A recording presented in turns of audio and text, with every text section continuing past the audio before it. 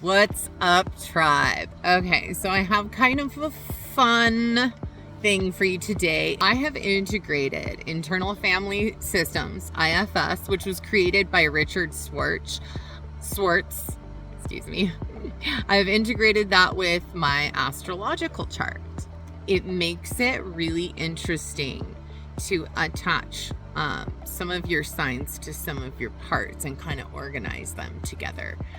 It opens things up more, and it makes things a little more easier to understand. It's easier to look at yourself. It's important to work with all your parts to create that sense of harmony within yourself and have all of your parts communicate with each other and work together. So to make this a little easier to understand, if you're not familiar with IFS, so internal family systems, we have a tendency to break off and develop these protector parts that start in childhood, right? As like a self-defense. For example, there is exiles, firefighters, and managers. The exiles are the ones that kind of get suppressed. They go into hiding, they go into the darkness, into the shadow, right? And the firefighters and the managers are the protector parts. Those are the ones that come to the forefront, get things done, and protect the parts that are kind of wounded. So I'm going to give you the best way I can explain how to integrate these things with your astrological chart is by giving you an example of my own. So I obviously have my inner child, and then I have my core part, which is important to have when you're doing parts work, because you want there has to be that core sense of self that all the other parts kind of communicate with. It keeps you more centered.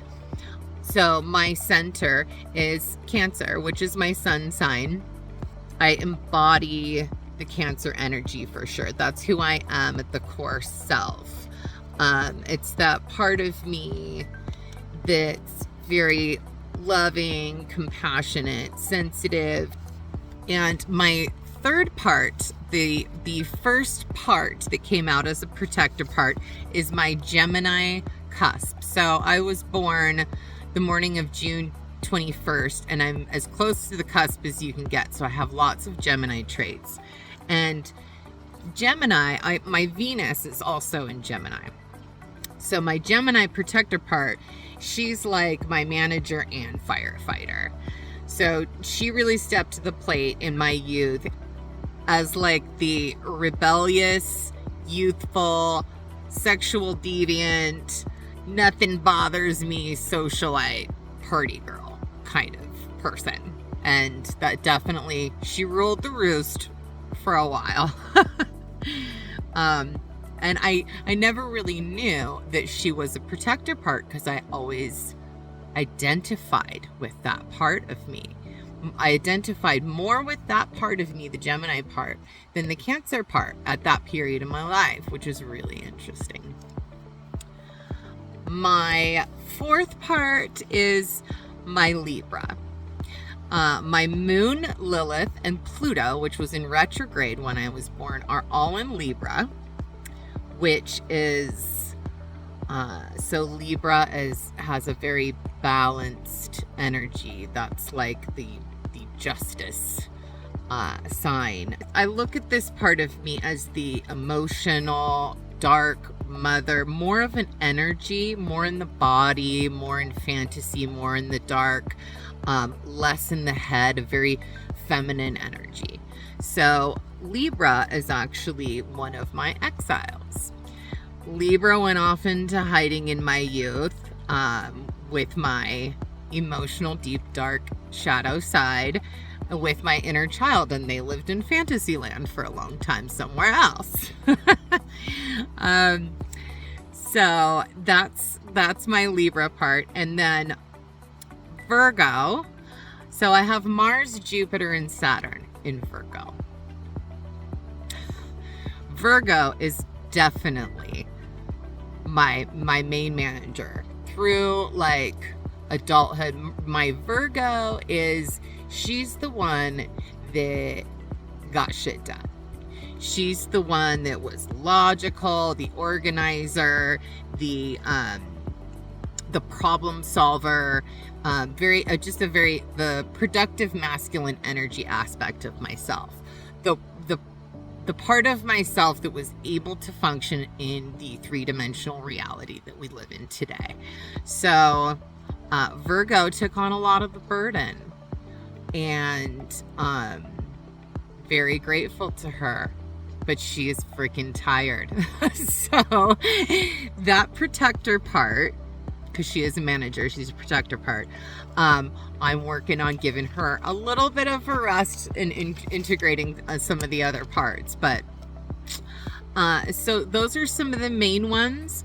I also looked at the aspect of my Leo rising, and I look at my Leo rising as my elder. That's like the elder of the family, and as my future self. So this is the courageous, wise person that hopefully I'm stepping into. And Leo pops up at times for me to be as like this motivation to put me online with my future self and get me on that path. And it does come up sometime synchronistically that Leo will kind of pop out. And I look at some of these parts as like dormant parts, like your potential. And I think it's healthy to also have that part of yourself, to know your potential of a future self, another timeline self, that's still a part of your soul and your being in your parts. So I think it really contributes to the parts work as well. So another part is Taurus. So I have my MC, Midhaven, and Chiron in Taurus. So the MC Midhaven is like your legacy that you're going to leave behind. Like that's the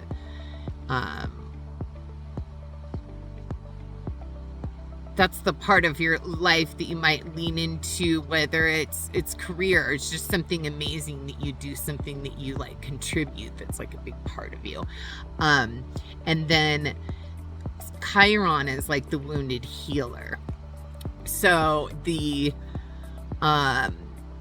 it's a wound that's deep that you want to heal within your lifetime, and then by doing so you become a healer yourself. And it's that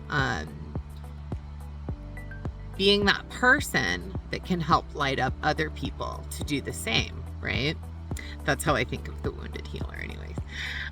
So Taurus is really important to me for lots of reasons, because that's also a part of myself that I feel like I'm starting to step into. I have Scorpio. I have just a little bit of Scorpio. So Uranus was in Scorpio when I was born. I don't really relate to Scorpio a whole lot, but this is interesting because this is like the inspiration to create. This is like the inspiration to make change, you know? And so having that Scorpio part of me, that fire, like, yes, we're going to do this. We're going to be inspired to make changes. It's definitely a part that I have. It's definitely an aspect to myself that I have. So I find that really interesting as well. So Sagittarius, I have Neptune and part of Fortune in Sagittarius. And this one's kind of interesting because I look at Sagittarius, the Sagittarius part of me, as like, through younger years, the Curious George. The traveler, you know, lost in kind of illusion land, escapist behaviors, you know. He went out and partied with Gemini, and they just wanted to have a good old time and run around, and took a while to do some learning. So Sagittarius definitely contributed there. However, as Sagittarius wakes up more, this can be having Sagittarius, having the part of fortune in Sagittarius can be a really big part of my future as well, because Sagittarius is a very strong and interesting sign. So all the parts should be loved, appreciated, integrated, and be in a sense of harmony. And when you look at each part of yourself, you can find love in each part of yourself. And if they work together in harmony, then there's less friction, there's less, I hate this part of myself, and this, there's just less turmoil going on within the body. So, and if you watch tarot readings or anything like that, I'm very much into tarot. I like to read tarot myself. This will also help you understand your readings better. All these different parts in your chart, and it goes really deep. I mean, I didn't even get into what houses everything was in, which also adds, extra detail. So if you want to integrate all your parts with all your signs and your placements and your planets and what house they're in, you can get really detailed about like what makes you you. And it's kind of fun. So I use an app actually. I think it's called,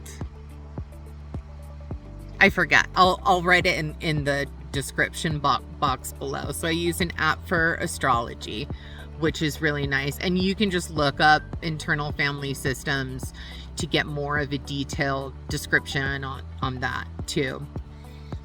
And if this is all like woo-woo to you, and it's like you're a non-believer, and it just seems kind of all crazy and stuff, well, it doesn't really matter, because once you discover a way of communicating with yourself, you're still looking at parts of yourself, whether or not, astrology is real or not, which it is. But even if it wasn't, there's still a way of recognizing all of these parts with yourself, and you're communicating with yourself.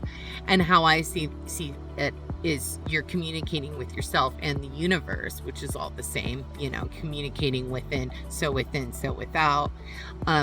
Either way, it works as a healing modality, whether you're a believer or not. You're still going to find parts about yourself in this scenario.